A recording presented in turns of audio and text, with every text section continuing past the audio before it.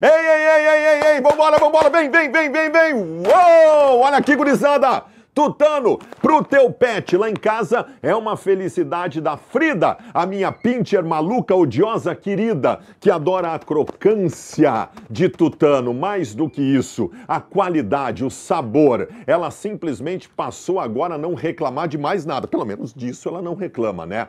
Tutano, crocante, absolutamente nutritiva e precisa ver, ó, peluzinho da minha cadelinha tá um carpetinho. Tutano, a tua melhor opção. Vamos pro corte? Vamos pro corte. Sabe que hoje eu trouxe essa venda aqui, eu ia fazer o primeiro comentário com essa venda, mas, cara, eu tô tão irritado, poucas vezes eu sinto ódio, eu tô sentindo ódio desde sábado, de tudo que aconteceu. Mas aí não tem como eu fazer uma brincadeira estando com ódio dentro de mim. E todo torcedor do Grêmio tá assim. Aliás, nem todos, menos o presidente Alberto Guerra, que é um torcedor, mas que não se incomodou num momento em que o Grêmio tem um jogo que seguramente é o jogo que mais indignou torcedores no quesito arbitragem da história do Grêmio. Pode pegar momentos decisivos, porque o árbitro errar para cá, errar para lá, errar a arbitragem, principalmente numa época em que não se tinha um recurso do VAR, a gente dizia, cara, vambora, vamos seguir o jogo. Agora o que acontece no recorte do jogo contra o Bragantino, Guto, eu concordo que tu não mereça críticas, porque não era pra ti estar falando lá. Quem era pra estar falando lá era o presidente Alberto Guerra.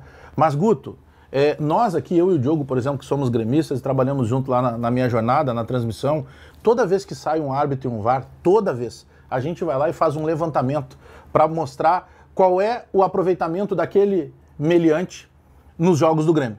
Tá? Nós temos essa preocupação, enquanto jornalistas e torcedores. Guto, aí tu me disse assim, será que a gente vai ter que começar a acontecer? Não, precisa. Vai lá e pede. Vai lá e pede. Bom, se vão anular jogo, provavelmente não vão, eles não vão fazer nada, mas a gente tem que incomodar. Olha o que fez parte da torcida do Grêmio no Rio de Janeiro lá.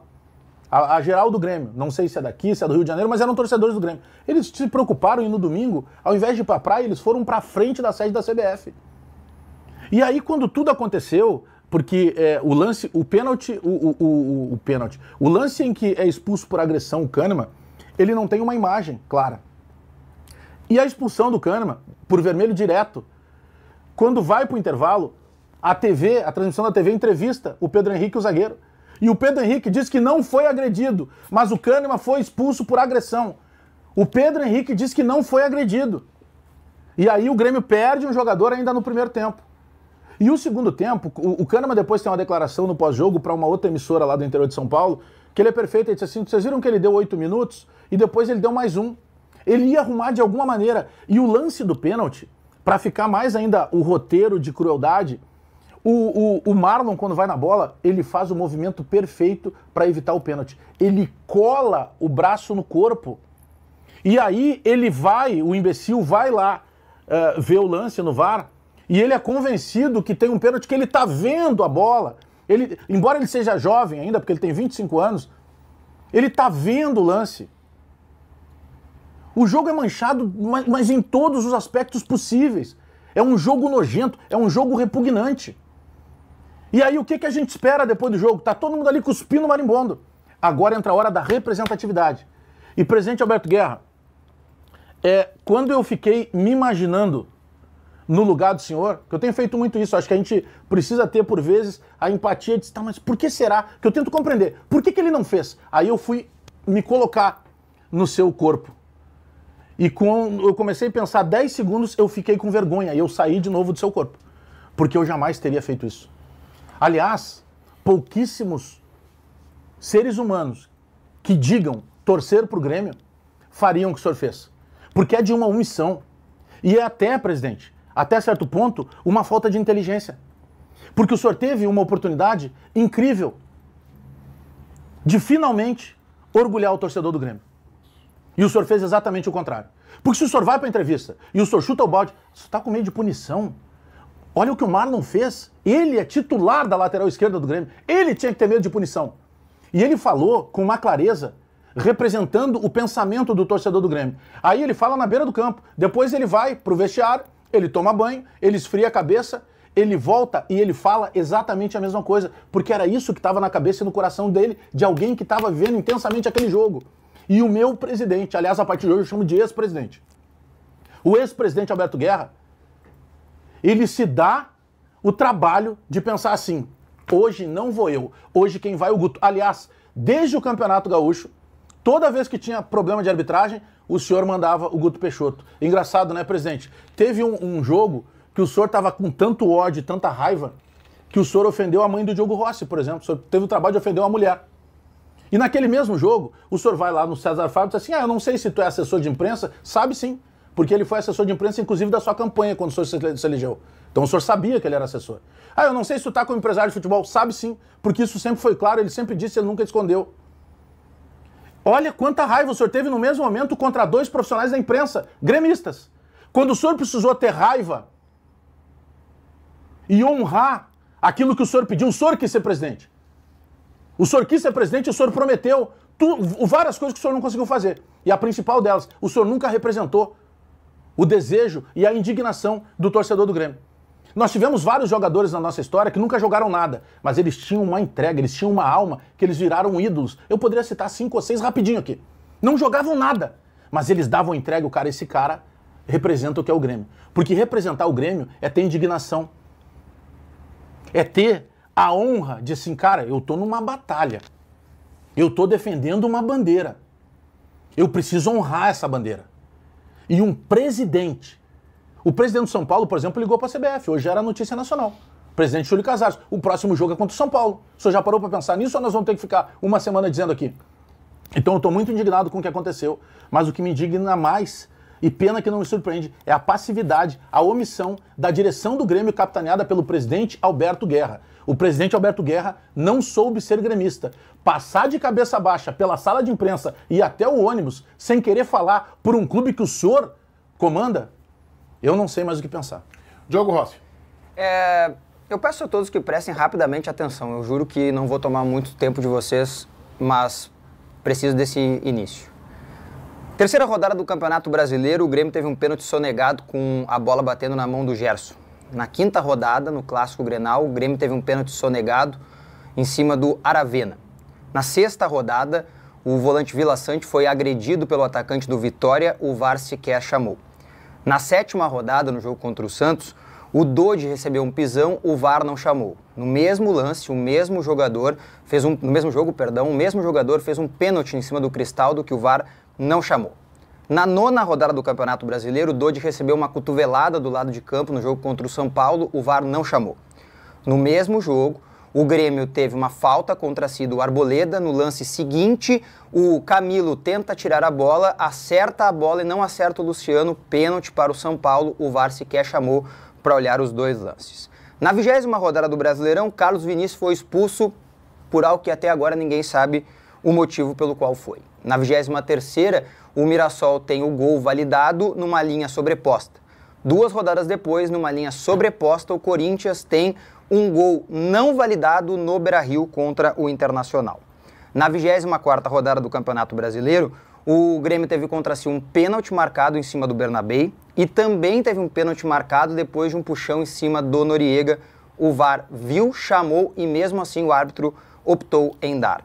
Na 26ª rodada, um gol mal anulado por um toque não intencional do Edenilson com a mão dentro da área.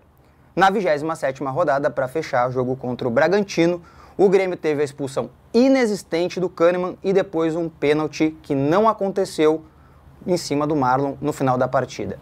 Eu só torço, Meneghetti, que sejam apenas coincidências muito graves. Nós estamos falando de 14 erros graves contra o Grêmio no Campeonato Brasileiro. Mas a banca paga e recebe. É verdade, a banca do Grêmio recebeu no jogo contra o Bahia, quando o Grêmio teve a seu favor um pênalti dado, um pênalti inexistente em que o Grêmio venceu o jogo contra o Bahia. Baldasso. O presidente Guerra, se tivesse realmente indignado, porque algumas pessoas, quando o Bagé diz, não houve indignação do presidente. Como é que tu sabe, Bagé? Não viu o presidente, ele não apareceu para falar, tu não sabe se ele está indignado ou não. Esse tipo de situação, historicamente, com os grandes dirigentes da dupla Grenal, o cara entra na sala de imprensa chutando a porta, fala antes do treinador. Porque o que aconteceu contra o Grêmio nesse jogo a gente tem que dimensionar assim, errou num jogo, errou. Não, o que aconteceu nesse jogo é muito mais grave do que isso. Esse é o jogo para o presidente chegar para o assessor de imprensa e dizer assim, diz pro mano que ele vai falar depois, agora sou eu. Chuta a porta, senta, xinga todo mundo. Tu não pode sair de lá sem um processo. Tu não pode sair da sala de imprensa sem ser processado por alguém. Esse é o lance que tu perde as estribeiras e que tu xinga todo mundo e se precisar ofender alguém, tu vai ofender alguém. Porque aí tu vai mostrar que tu tem sangue para ser presidente do clube. Então essa é a primeira coisa. Segunda coisa, a discussão não é muito o nosso caso aqui, porque a gente vai focar um pouco mais na dupla Grenal. Mas nós temos uma discussão muito maior. Aconteceu um negócio no jogo do São Paulo e do Palmeiras também, que é uma coisa assim, ó, para fechar a arbitragem no futebol brasileiro. Aquele pênalti lá, se tu tem 10 monitores na tua frente e tu acha que aquilo ali não foi jogado irregular, acabou. Então, só para te dar um parênteses, tá? Eu ouvi a coletiva do Abel Ferreira, até Palmeiras, que acha que não foi pênalti, porque o argumento dele é que os jogadores não estavam disputando a bola. Quer dizer que se o jogo tá jogando lá e um jogador aqui dá um soco na cara do outro, aí não é pênalti. Pelo amor de Deus, tudo bem. Pelo amor de Deus, isso é um escândalo. Isso é um escândalo. A arbitragem do futebol brasileiro é um escândalo. Não adianta VAR. O futebol brasileiro com VAR está tendo mais erros do que quando tinha bons árbitros lá atrás e nem VAR tinha, tá? É um negócio inacreditável. No caso do jogo do Grêmio, a expulsão do Kahneman é um absurdo. Houve sim o pênalti, né? A favor do Bragantino na mão da bola no começo do jogo. E o pênalti marcado contra o Grêmio no final do jogo, cara, não tem explicação, porque a mão dele estava encolhendo. Eu discuto esse tipo de pênalti marcado desde o Wanderson, lá no Campeonato Gaúcho, que foi rigorosamente a mesma coisa. Então, assim, é um absurdo. Tu tem que fazer um escândalo, tu tem que berrar, tu tem que ir na porta da CBF, tu tem que pedir anulação do jogo, tu tem que vir a público hoje novamente, tu tem que fazer alguma coisa. Porque, cara, aí não tem grenalização, aí não tem nada. Nós estamos falando da falência da arbitragem do futebol brasileiro, e quando tu é ruim, tu vai pensar sempre em favorecer quem é mais forte. O ruim, ele é frágil. O ruim, ele é frágil psicologicamente, de personalidade. O ruim tem pouca personalidade. E o cara que tem pouca personalidade vai se esconder para ajudar os maiores. JB.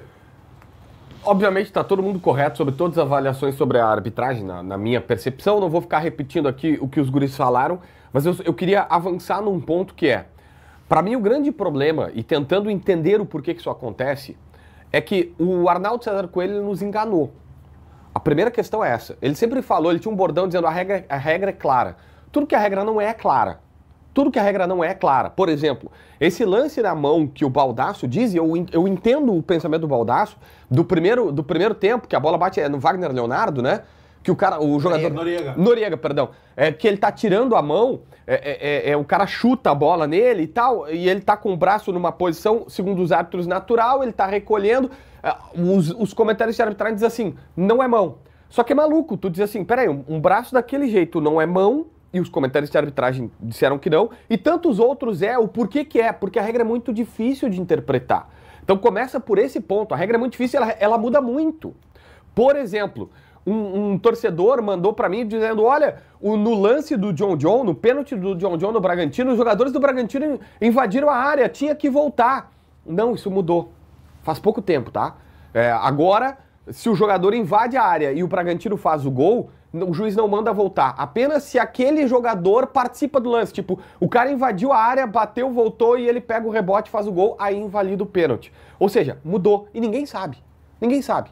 Porque as regras são assim, elas não são claras, elas mudam a toda hora, e a todo momento vem uma interpretação que até pra gente da imprensa que trabalha com isso é difícil de acompanhar.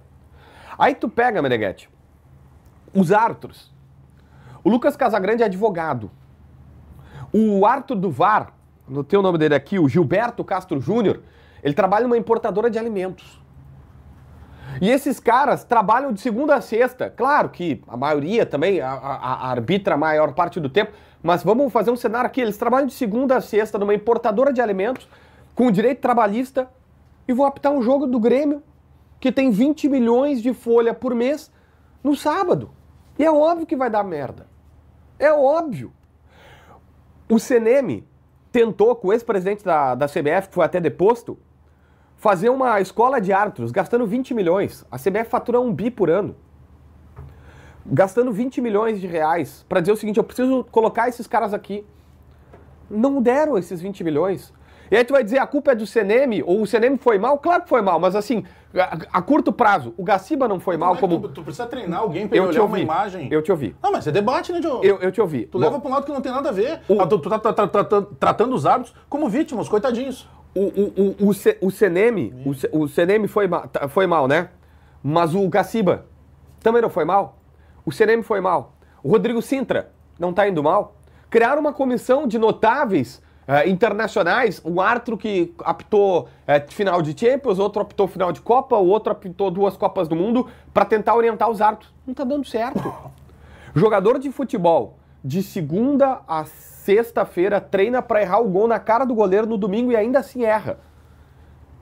E aí ele treina para acertar e várias vezes erra. O árbitro não tem preparo nenhum, não tem estrutura nenhuma. A gente vai ficar correndo em volta do rabo o tempo inteiro. É Então, óbvio. são vítimas, É óbvio. Não, eles não são vítimas. Não, tá É que ou a gente acha que esses caras são todos corruptos, e aí tudo bem, você pode Não, achar. não, eu eles não são tenho. Ou eles são todos descompromissados. corruptos, ou a gente diz o seguinte. Tá errado o processo, Tá. corrige Meu esse querido, processo quando e o melhora Daronco- para cobrar dos caras.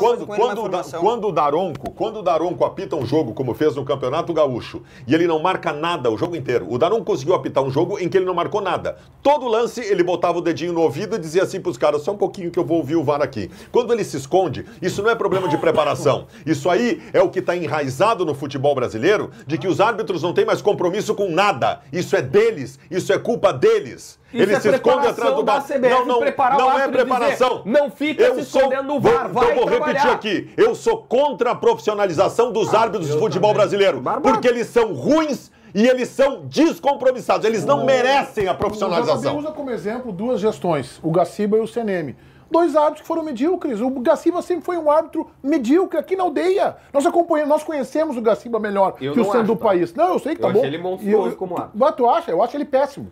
Então eu tô subindo ele para uma escala de mediano. Medíocre. Quando vai ser gestor, vai ser um gestor medíocre, sem pulso. O CNM é a mesma coisa. É medíocre, é fraco. A arbitragem brasileira é mal conduzida. Cada vez eu reflito mais sobre essa questão da profissionalização. E eu tendo a ser o contrário. Porque nós vamos profissionalizar a incompetência daí. Aí nós vamos profissionalizar a incompetência. Aí não me serve. Nós temos que profissionalizar Eu não acho... Não considero, eu tenho muita dúvida ainda nisso, mas eu cada vez menos considero que pagar melhor, que dar treinamento, vai qualificá-los. Eles são ruins vendo o replay, vão continuar ruins assim. JB, acho que se botar um personal trainer para um árbitro, ele vai ficar bom. 2 informações para contribuir no debate. Uma dada pelo Darley na caravana do Bagé ontem, tá? Os deputados e os nossos representantes legais tentaram ajudar na profissionalização da arbitragem. Os árbitros se mostraram contrários, porque não querem perder o seu segundo Tu emprego. já viu um movimento de árbitro pedindo para profissionalizar? Não tem. Essa é a primeira tem. informação. A Eles não segunda querem. informação. Um dos principais árbitros do Brasil, Wilton Pereira Sampaio, largou o seu segundo emprego em 2019.